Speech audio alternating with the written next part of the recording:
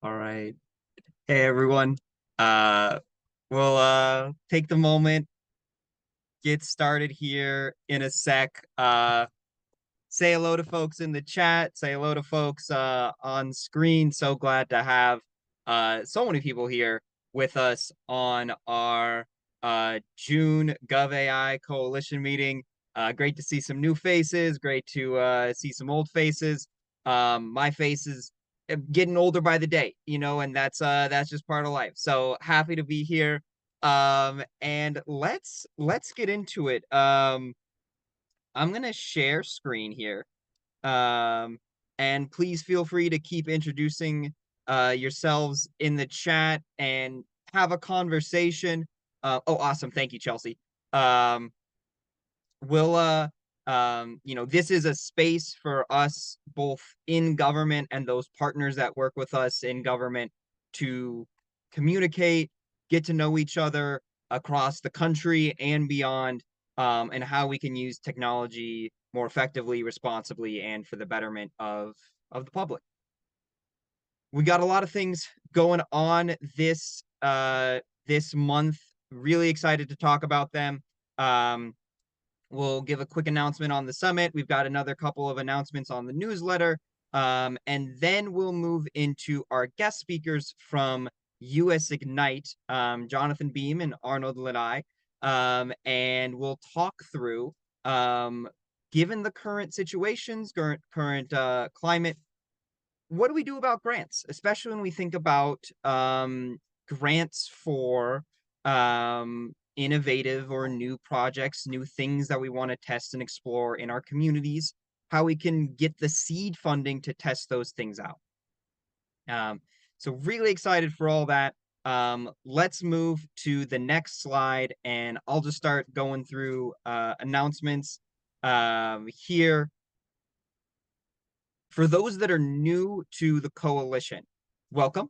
Um, this is the space for government to agencies and government members to talk with each other and with our partners as we tackle the latest in technology and in artificial intelligence and how it applies to our work. We tackle this from 6 different perspectives, from readiness and adoption, building the education that we use to teach not only ourselves, but the rest of the staff in our agencies how to use AI, the data governance that goes behind, good data builds good AI, how we think about procuring and buying the latest systems, how we can ensure that our vendors are following the same approaches that we are. And right in line with that, how we can partner with our vendors to tell the best stories that we can about the technology that we're using, what those actual use cases look like in the field, and how do we bring our community alongside with us. We've got a number of places for people to start. This has been the snowball that has grown from almost 2 years of government-led work serving each other. We'll drop into the chat this slide deck, so that you will have access to all these slides, all the links, all that stuff. You can walk through it yourself. And we'll also drop some links in the chat throughout. But let's we'll continue moving on. Uh, First main announcement, our June newsletter is out. You should have received an email from us yesterday about our June newsletter covering a variety of different updates that we see both within the coalition and beyond. Really excited about some of the developments, especially around our community engagement matchmaking program, the summit that is going to be that is set up for November, and a variety of other events and conversations that are happening throughout the space. So check that out if you haven't already. Layla just dropped a link to it in the chat. Next slide. As I've mentioned, the our second annual coalition summit is November 5th through 7th, in San Jose, California. Tickets are live. We've been selling tickets, and we expect more people as we move into the next fiscal year. Really excited for it. We have hotel blocks available. Take a look at it. see what makes sense, talk to your leadership, and if you have any questions on the summit, feel free to reach out to myself, Layla, and Chelsea on the call here. Let's see. I think we have a little bit more details on it, but at the end of the day, I think the most important update here is the discounted hotel rooms that we have now right next to our convention center for the summit. Um, let's see. Let's move on to the next one. So this one, back one slide. One last announcement that I want to give before we move into our featured speaker for the month. I just want to give a huge thank you to Angela Zhao. So Angela has been with the city of San Jose supporting the operations and making the GovAI Coalition happen since basically the beginning of it, back in November of 23. And even before then, as we tried to navigate this work, she has been an absolute key component to all of the work that we're doing in this, from whether it be creating the content, sharing it with people, working with our chairs, working with our committees, making all this stuff happen. So I just want to give a huge thank you to her. She is going to be moving into a new role in the private sector. So this will be her last meeting as a government practitioner here in the coalition. We are sad to see her go, but we are super excited for all the things that she will do next. We have her email address here on the screen. This is her personal that she wanted to share with folks if they want to keep in touch with her. And I'm sure she'll put it in the chat, like she puts many links in there. So, Angela, I think you're on the call if you wanted to say anything. Yeah, no, thanks, Albert. It's been really, really wonderful working with everyone, and I'll be cheering you all on in the background. And I'm sure the coalition will go far. So very excited and looking forward to the summit in November. Back to you, Albert. Thank you, Angela.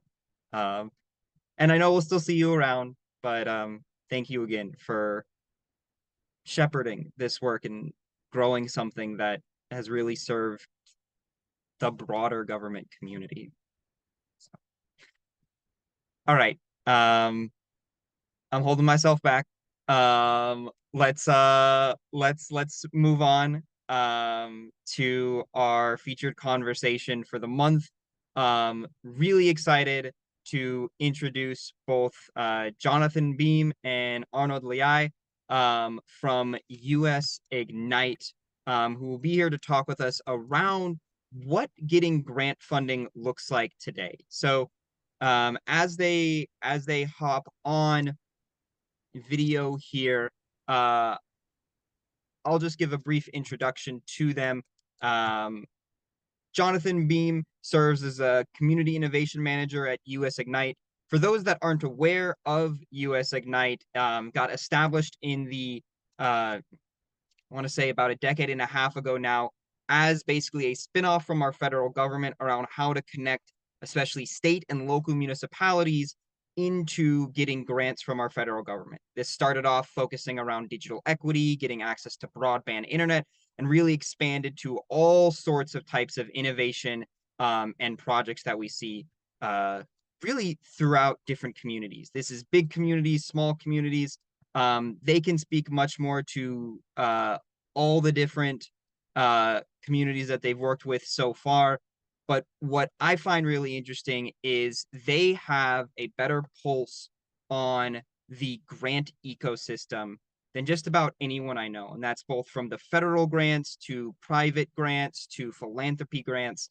And I know as a lot of us are thinking about where we get that next dollar in order to actually do the things that we talk about here in the GovAI Coalition, I think they have some of the best input that we can ask for that. So with that, I want to just see if Arnold and Jonathan, if you're on the call, if you can just speak up so I can highlight you guys. Hey, Albert. Hey, Albert.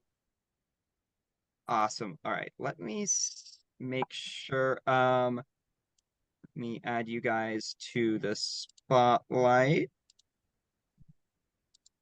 And then we can get started. So I think all right. all good? There we go.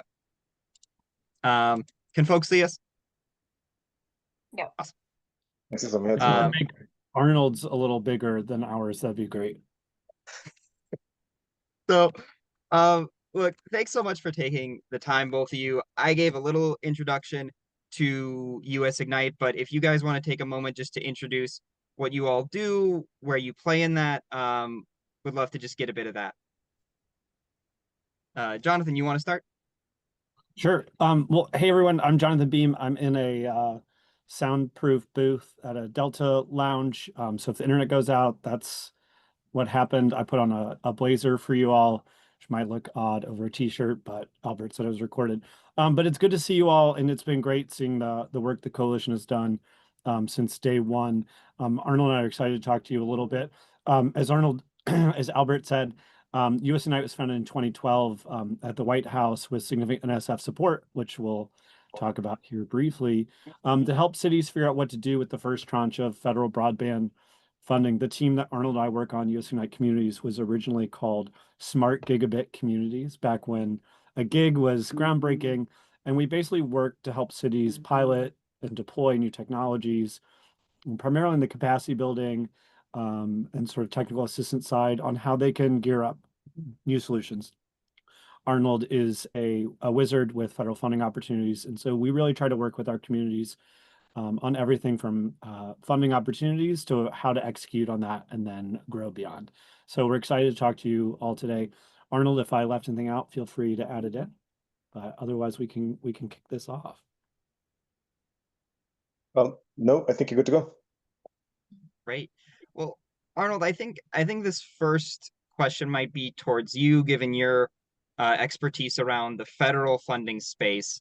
And this might be a question from, me coming from a California-based city right now. Is federal funding dead? Did I've been hearing a lot. Did it dry up and disappear? Well, no, I hear that all the time. Oh, great. Because it's a question I feel all the time. Federal funding is not dead. It depends on what you're looking at. It depends on how you think about it. But no, federal funding, overall, the overarching title here is federal funding is not dead. There's still agencies, I think quite a number of agencies out there still putting forward funding that is that's focused on community technology initiatives. You have funding opportunities which keep getting announced from NSF. Just recently, there was a Smart Connection Communities program. There have a number of other, NSF I think has about maybe 5 or 6 different programs that directly touch on how communities can use technology. There's funding opportunities from DOT, still touching on things like energy efficient buses, on low emission and no emission buses and transportation and infrastructure around that. There's EDA funding focused on tech-based economic development that communities across the country can apply for. I think the thing with federal funding is right now is something we've been telling communities to do for a long time is reach out to the agencies, talk to them. Each program has a particular program manager. Just reach out and ask, talk about what your potential project is. Many times that's what those project managers are there for. They're there to help you think through your proposal, field any questions that you have. One of the things we have seen about federal funding in the change, which brings the question on, is federal funding dead, is there has been a change in some levels of scrutiny around certain terms and how certain projects might be defined. So as far as that's concerned, our biggest advice is always, as a community, make sure you think more broadly about how you're approaching your particular project. Again, work closely with the project managers for all these different funding opportunities to understand what words to avoid, how to reword certain things. I think one of the things, like for example, that we saw was I've seen a number of communities where I think at some point the word digital equity became a quick to spot word, a problematic word, if you would. But I see references to digital equity, digital opportunity now, where it's at the end of the day, we still have to solve the problem, which is, hey, there are many folks in our community who don't have access, and that need still remains. I think so far, I think that's how I'd quickly start. Jonathan, I know you pay more attention to maybe some of the more legal aspects of how federal funding is actually tracking right now. Yeah, thanks, Arnold. And I know many of you on this call had grants that maybe you got follow-up questions on. Funding was rescinded. As I mentioned before, NSF has had some changes to their policies. Um, I'm fortunately or unfortunately married to a lawyer, and everyone in his family is a lawyer, and they're all local. So I'm around a lot of legal talk. So I did just want to highlight that a lot of the maybe bad news that you received early in this calendar year, a lot of those rulings have been overturned by judges, and there's still some compliance issues on that front. But this past Friday, a judge struck down NSF's 15% cap on its indirect cost payments. So for any of you with NSF grants, that's good news. I think it's just fun to quote their language. She called it invalid, arbitrary, and capricious, and contrary to law. On Tuesday, a Seattle judge unfroze some of the EV charger funding, which we've worked with a lot of communities on. And the past several months, there have been dozens of rulings ordering the frozen funds to be released. So I just wanted to highlight that it's not all been bad news, and some of the bad news is now turning into medium good news or just good news. So don't give give up on hope on some of those. One tip I would just say, we've worked with a lot of our communities. Don't be afraid, and it might not be you, but find the person to reach out to your local electeds, particularly people at the state and federal level, to let them know what's been going on. This is obviously, we are a nonpartisan organization. Many of you are government employees, but it's still very helpful. There are NSF cuts, there are NIH cuts that are hitting both red and blue states very hard. And we have seen politicians of all stripes push back on that. So keep that conversation alive if any of your funding streams have been affected. Again, these were congressionally authorized funds that were appropriated and allocated. So just keep your head up, keep your chin up if you can, and keep up those discussions. So, Jonathan, let me just make sure I'm hearing you right. When I'm hearing a lot around, the federal government pulling back funding that was already committed or that was already potentially granted, and those situations ending up either in conversation or in mediation or in court. What's happening in those situations? It really depends, and I know that's not a satisfying answer. It's very complex. Some of them are a little more cut and dry. I think like EV charging infrastructure, the judge was like, you've issued these, you've awarded them. Some of the monies have been transferred. So for some of those, I think it's been easier to resolve. For more complex ones, I was just at the Speeding Bead Summit, where they were able to revise some of the requirements and ask applicants to resubmit. That's complex. But I don't want everyone to feel perhaps as powerless as you might feel when you get, a funding modification notice. So it may take more time to get through it. And again, I don't have a crystal ball. Some of these funds may not make it to your community, but I do think both with the court system, but also with the relationships that your communities have built up with electeds and with our government leaders, they're just good avenues to pursue. Mhm, mhm. And it sounds like in many ways a lot of the funding is still there. I might need to change a little bit of how I talk about it potentially. Um, you know, every administration asks for different things. But at the end of the day, I heard you, Arnold, say, we're still funding buses, we're still funding EV charging, we're still funding a lot of these infrastructure projects that people have been talking about for years. It might just be, I change the tone of it in my application. Right. Yeah. Yes, 100%. And I think one of the things that maybe most people don't necessarily understand is, as you're writing as you put together proposals, focus on what the agency priorities are. Those are the kind of like things, especially for like, if I was to look at maybe Economic Development Administration, EDA, there are specific funding opportunities. But the thing to pay attention to is the funding priorities, development priorities. They have a priority, I think, used to be called tech-based economic development. I think right now it's critical infrastructure, under which things like broadband fit. Some focused on workforce, some focused on aspects of economic development that quite literally tie into a lot of the tech work that many folks on this call actually do. So sometimes it takes you as the person who's interested in some of these funding opportunities to read through the grants and figure out, hey, this is the piece that this particular grant can feed for, can match for this particular project I'm working on. Thank you. So let's zoom out. Beyond the federal funding sources, what else are we seeing that is available today that governments can be looking at? Sure. I'll touch on that. I'll try to be brief. This is a broad topic, but I know many of you on this call are aware.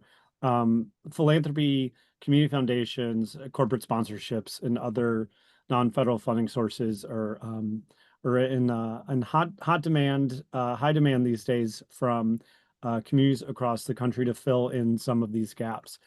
So I just wanted to really quickly talk through some ways you might think about it, let you know what's out there, and talk through some strategies. Just really quickly, I spent many years in the foundation development space, raising money to spend it and send it out to people like you doing great work. And now Arnold and I are on the other side of the conversation of the table, trying to have conversation with funders to help fund both work that we're doing at Youth Ignite and within our community. So it's an area I know a good bit about. I get really excited about it. So I'll try to keep it in short. But just briefly, we're talking about private dollars, non-government dollars that are usually funded through an endowment for your larger foundations. Think, Kresge, Ford, Bloomberg. These are organizations that are sitting on billions of dollars, and they're required to spend 5% of that a year. And many of them have programs and funding streams that support organizations and cities that are on this call. Those names should not be totally surprising to many people on the call, but if they are, write it down. They're doing great work. And obviously, it shouldn't come as a surprise that they are getting a ton of inbound communication. So my top line is in good, the good news is that philanthropy and other funding sources are stepping up to the plate. They realize that this is a big need for communities. At the top level, like I mentioned, you have these large scale national nonprofits, global nonprofits doing great work. And really, as we go down the list, you move to regional and state level efforts, all the way down to community level foundations. So think of your community nonprofit organizations that are doing work. And you might even think of large scale foundations, but that have a local presence. So United Way, a Boys and Girls Club. So you really want to have a broad lens on who's doing work in your community and think through ways to partner with them. Yeah. I can't Jonathan, go. Yeah. I wonder, for a lot of folks, how do I grab the attention of an organization like that? Whether it be my regional or a national, where do I even start? Yeah, it's a great question. And in the interest of time, I'll drop some links in the chat as we're wrapping up. There are a lot of great resources on how to find those, and I'll drop some of that in there. If we have time, we can circle back to it.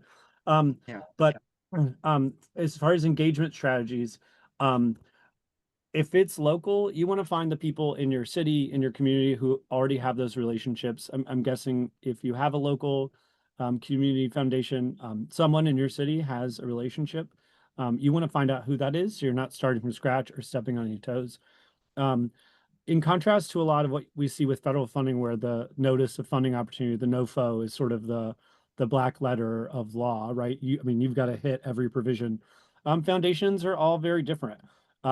If you know anything about the history of foundations and very rich people in America, there's some quirky people. So you want to grab their attention by figuring out what makes them tick. So if they want to, I'm trying to get examples that are, you need to figure out their founding. Yeah. So that you can figure out the messaging that they use. You want to mirror their approach, their theory of change. Again, the Department of Commerce, their theory of change is jobs. It's usually pretty simple. But if you're talking to someone with a more complex founding, a more complex mission, you want to look at what they're funding, why they're funding it, and try to match up that work as close as you can to what they're doing so that you can get an easier yes. Yeah. how much of that, I know this is a very tricky question, but how much of this is me trying to position myself versus, actually doing the work that I already know is serving my community versus trying to chase the dollars for something that I might be related, but might not necessarily be what I'm doing. Yeah, I mean, look, it's a total balancing act. I think in some ways you can work around that by if you can break off some of your work into components, find the chunk that's most readily fundable by an identified funder. I think that's a great way to look around it. If you've got a budget and you can, fill a gap in one part and move that to something else you're working on, that's a great idea. So I would think through it more holistically. You will need to be responsive to the funder, right? I mean, again, unlike a federal agency whose remit is to give out, their $500 million that year, a foundation, aside from giving out that 5%, doesn't have to do anything else. So in some ways, it's a more, you are at the whims and mercy of how they think and feel about you. But they're also much more likely to have a conversation on crafting something that works for both parties. They want results. They want to see data. I mean, they want, again, back to the theory of change, they want something that is reinforcing their mission. So in some ways, you can have a much more resilient partnership. And if you do something they really like, they might come back to you. We've seen foundations come back to cities and say, let's do that again, which is very unusual, right? A lot of government programs either don't allow for an immediate, right? You can't do the same thing twice with that money. You can't commingle funds. There is a lot of flexibility. So Yeah. So, well, I know we're at time here, but I just wanted to ask one last thing. In this, I'll invite you to put all the links that you'd like to in the chat. Most people, most towns don't have a dedicated person for finding this stuff. We're doing this on magic time. How do I plug into the community so that I can be the first to know about these opportunities so that I can figure out how to position myself? What groups do I tap into? What meetings do I join?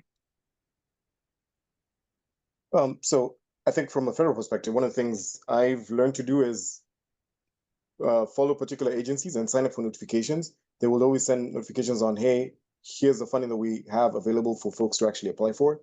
And that's just going to the website, putting your email, and it'll send you something every month. There's also other groups, folks like ssti.org, if you've heard of them. They're a membership organization just like US Ignite. They focus really heavily. They do a really good job of putting together all the funding opportunities that are out there, especially those focused on tech projects and tech related, again, economic development. So they do a really good job monthly of sending out just a burst of, hey, here's what we see out there that's been announced. And I think one of the other thing I think I'd add here is what we like to think of as internal readiness. Within your community, within and community and your city departments, how much time do you spend talking to the different silos that exist? You quickly realize that that kind of collaboration across the city departments kind of helps to, one, find folks even internally who have some of these skills or have some of this grant finding or proposal writing as part of their job description and can lend some time to some of the work. Maybe you could come up with a project together, and that way then you collaboratively put together a proposal that brings in money to serve both department needs. So those are the things I think that immediately come to mind. Jonathan, I think in the past you've talked about partnerships and the work that more communities can do locally to identify and find partners, find other people. What do you think? yeah, and again, we'll drop some links in the chat for the search. I mean, Albert, your point's great. It takes more work. I mean, what's difficult is there are fewer aggregators of these opportunities. Some foundations only allow applications by request. So it does take more relationship building on the ground. I will say what we've seen is communities that are doing great work often attract attention from funders. So to echo Arnold's point, the relationship building, finding the person in your community who might have the best pulse on the business community, on corporate relationships. I mean, again, these are often higher level conversations in the sense that these are, executives doling out large amounts of money and often maybe well connected into your political class. So my only advice is to, tread lightly at first while you're gathering information. And I wouldn't cold call the, CEO of your Fortune 500 company and ask if they've got any money for you. But there are people who are doing that. So if you have a grants office, if you have people work their relationship with foundations and philanthropy, be sure to touch base with them. But like you said, Albert, they are also time constrained. So don't be afraid to do some digging on yourself and find resources. And Arnold and I are happy to talk with anyone. We dropped our email in the chat. We'll drop it again, and I'll drop some of these links. But thank you. Yes. Thank you so much, both of you. And a huge thank you to both of you and to US Ignite. US Ignite holds monthly meetings where they basically just give you the download on these types of grants and how to plug into them. So I want to give a huge shout out to the work that they do, and to the work that Jonathan and Arnold do. We're going to keep moving on, but if there's a few things that I'm taking away from this, one, federal funding is still alive and well. We are even seeing people still maintain access to the funding that they've been granted in the past. We might need to change some of the language in the future, but that's okay. We can still ask for the same types of things. Philanthropy is starting to step up given the circumstances that we are in, and there are opportunities for us to plug into that. And I just want to touch on that one last thing that I think I heard Jonathan and Arnold say, partnership. There is a lot of value that comes, and I can say this just from San Jose, when we've been trying to apply for grants, partnership, being able to say that we're partnering with either other agencies or universities or even vendors or anyone else in the space, all of a sudden it becomes a much more attractive application. And I will just note, if you're looking for partners, we got about 297 of them on this call.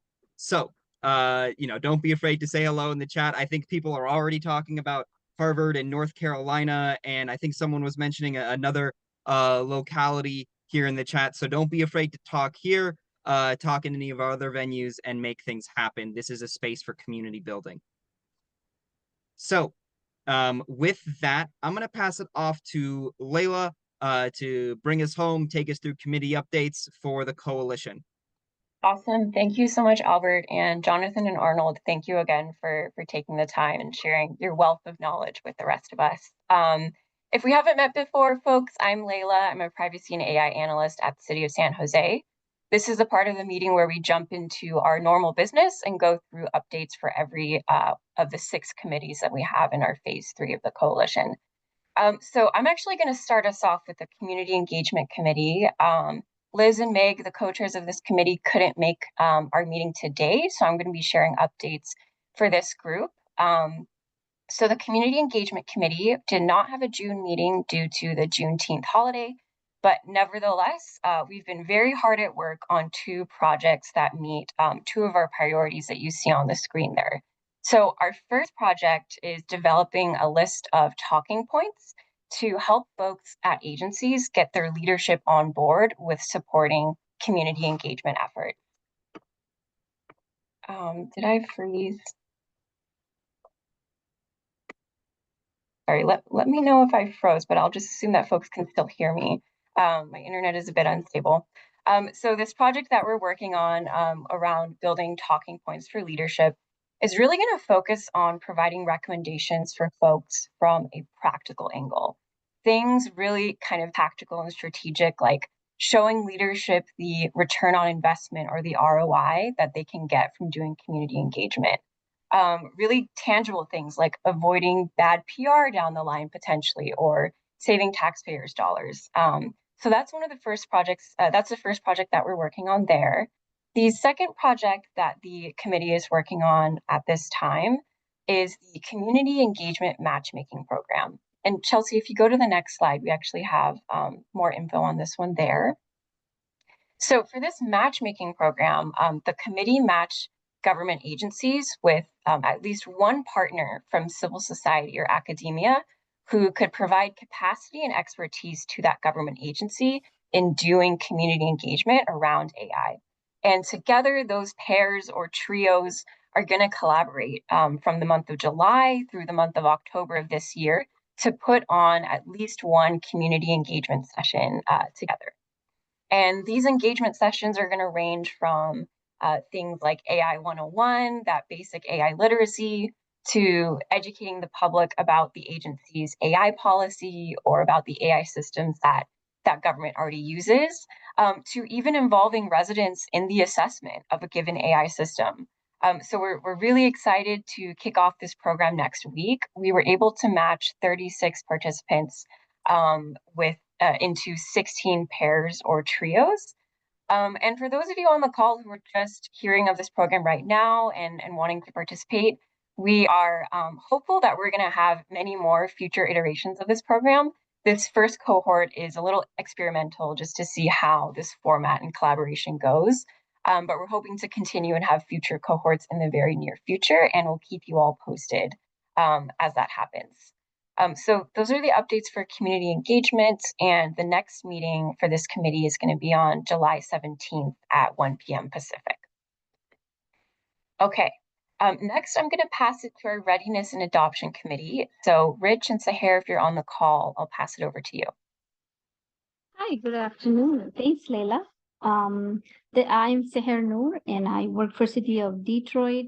And my partner in crime, Rich, is not in today. He's busy with other stuff, so I will provide an update. We in this committee we have AI trainings.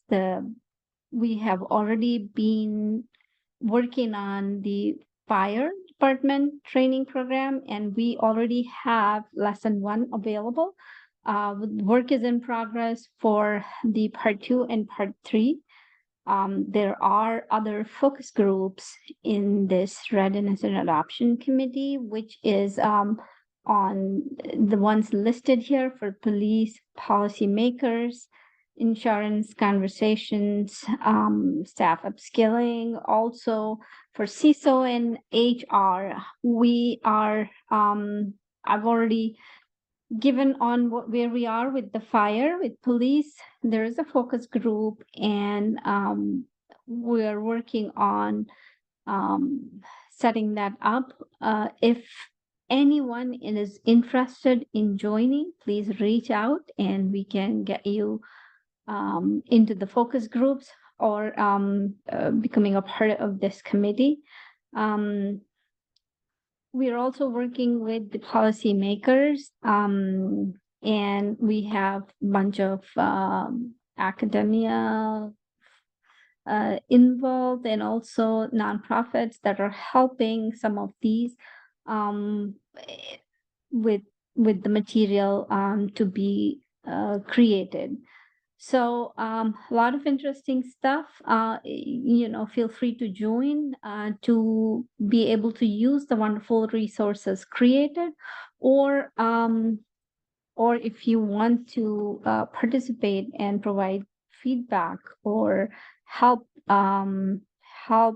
create the material, please reach out to us. I also support adoption, like the AI policy and things like that. And if folks are new or still need help with navigating the wonderful resources we have with this coalition, I can help with one-on-one sessions. If we have enough of you, we can have smaller setting where it is sort of not too intimidating, and you can ask anything, and if I know the answer, I will help you there. Even if I don't know, I will try to get you help. We've also been working on the webinar sort of to get you started if you're new, or even if you've joined and want to participate more, or don't know how to use some of the resources, or where do you find them, and things like that. So we are also working on a training hub. So all the good stuff happening in this committee. And that's all the update I have. Thank you so much. Awesome. Thank you so much, Sahar. Moving on to the Procurement Committee, Emily, was unable to make this meeting as well, so I'll be sharing for this committee. The procurement committee is continuing to forge ahead on the cooperative procurement. More updates to come for the coalition in the coming weeks and months on that front. And we wanted to give everyone an update on just some analytics and stats around the AI contract hub that we have in partnership with Pavilion. If you have not checked out the hub already, we encourage you to do so, and we'll drop a link in the chat to that in just a second. But as an update, there are 160 shareable AI contracts in the hub right now. So definitely recommend taking a look if there is an AI use case that you know your agency is looking to procure. I recommend just going through and seeing if there's a cooperative that you could leverage to make the process smoother and more efficient for your agency. And since the launch of the AI Contract Hub, the hub has been viewed over 1,300 times by over 600 people. And as we continue building out this contract hub, we have a working group within the procurement committee that is working to kind of develop a process for curating the content within the hub. And specifically, the kind of end state that we'd like to get to is to be able to label contracts. If some embed some responsible AI standards, we like to be able to indicate that as folks look through the hub. And in particular, if there is a contract that meets criteria for a best-in-class AI contract with regards to responsible ethical AI standards, we're aiming to get to a place where we'll be able to identify those for our membership as well. And the next meeting for this committee is going to be next Thursday, July 3rd at 11 a.m. Pacific. Okay, on to the next committee, which is use cases. So if Hemant, Kari, or Nicole is on, I'll pass it to y'all. Thank you, Layla. I think I'm going to take it today. Hi, everybody. Jamie Wascalis, City of St. Paul. Our June Use Cases Committee meeting was really focused on AI for streamlining permitting and licensing. What we've heard from all of you is that this is a topic you're super interested in. There are a number of jurisdictions who are really exploring not only custom built, but also new products that are coming onto the market from startups and smaller companies. So that was a really great discussion. Thanks so much to Greeley, Colorado, Tyler, Texas. Santa Rosa shared some information.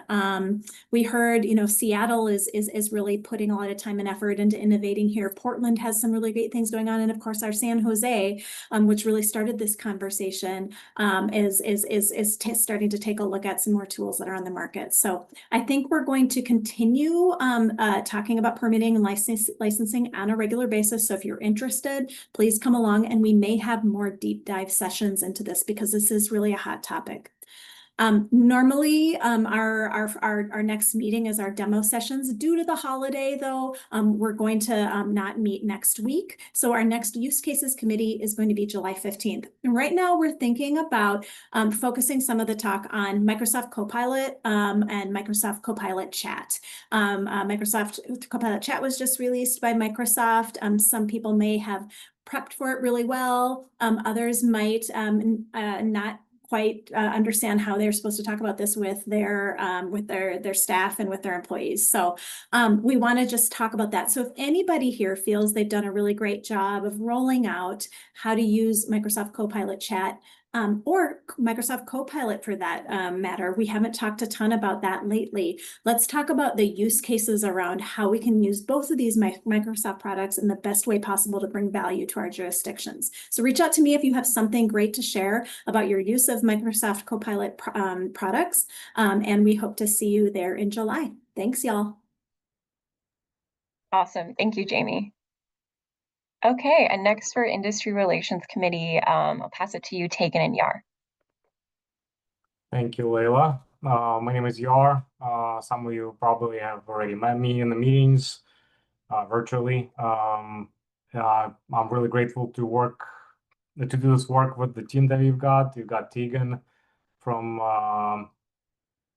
Sugarland, City of Sugarland. Ethan is also on this call. He's our advisor from the board, and everybody else who we've got to interact with throughout these meetings. We've got a lot of work underway, and I'm excited to share a little bit with you in this presentation briefly. First of all, the next generation AI registry is well in progress, and we're already seeing tangible progress. Last Friday, Tom from Hortus, who's building this platform, launched and presented the alpha version of the registry platform to the government agencies. We've had members from the government side who are able to log in and try the features ourselves. The meeting was very productive, and we've got a lot of rich feedback from the agency users. There's still a lot of work to be done. That feedback is being accounted for, taken in and analyzed, and as well as the requested features are being applied.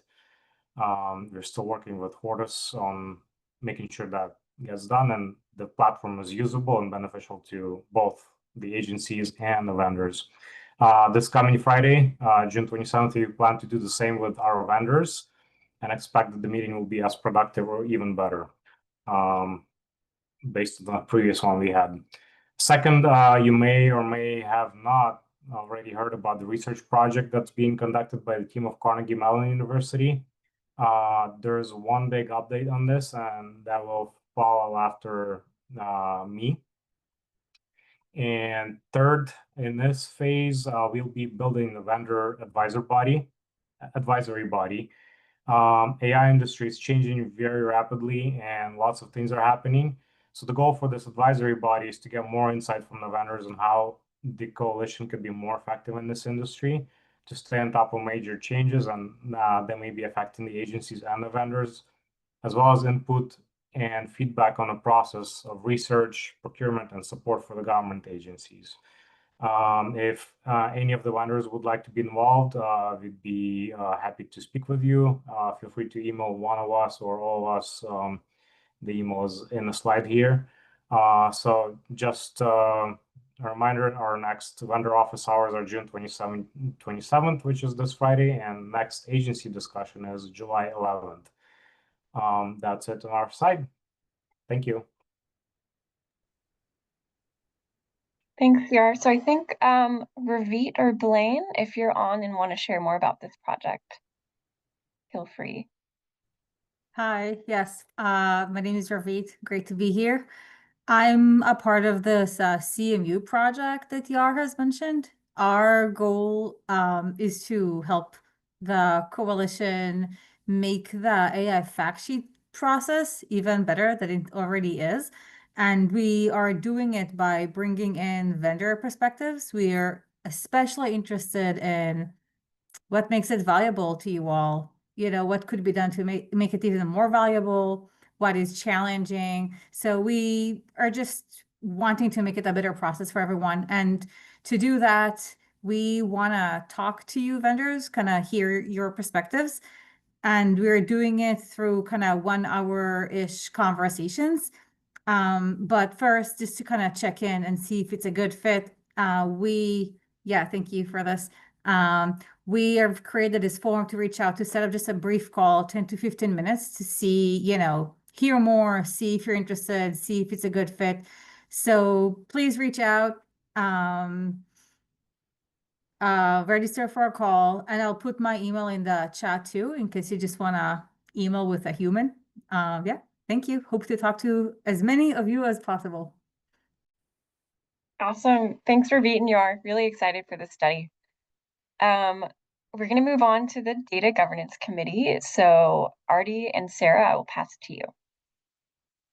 Thanks, Leila. Hi, everyone. I'm Arti Tangri for City of San Jose and covering for Sarah today. So keeping with the focus for the Data Governance Committee, we've been working on putting together a standardized data sharing template. We met earlier this month and we reviewed the template, the standard template that we received from Texas, and we've been iterating on that, receiving feedback. And in our last meeting, we covered some language around data classification. We talked about the scope of information exchange that was becoming too large and too much content in there. So moving that out of the main document, adding it as an attachment, adding language around the destruction of data, or if that's not applicable. So there wasn't any mention of that. So including some language around that. and then also around how the data breaches would be handled should be also there in the template. If you are interested in reviewing what we have so far, the document is linked here on the slide. Please provide feedback directly, and then we will be meeting next on July 21st. Thank you. Thanks so much, Artie. Okay, so that brings us to the end of our committee updates. Just want to summarize some of the next steps for folks, and thanks, Albert, for putting this in the chat as well. If you haven't already, check out the newsletter. We've got some great updates on what's going on in the AI policy space, some resources to check out, some self-authored blogs on the Coalition Substack. If you haven't already, register for the Coalition Summit taking place in November, and also book your hotel room and grab that discounted group rate while it's still available in that hotel block.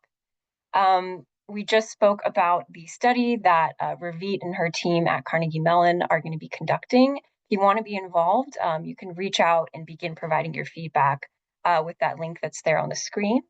And then Artie just shared about the data sharing agreement template. They're looking for feedback, which you can share directly on the document there. But that's all we have for today, folks. Thank you so much for joining us for our June meeting. And we hope to see all of you at our next coalition-wide meeting on July 30th at 1 p.m. Pacific. Thank you all. Thank you, everyone. See you soon. Take care. Thank you. Goodbye.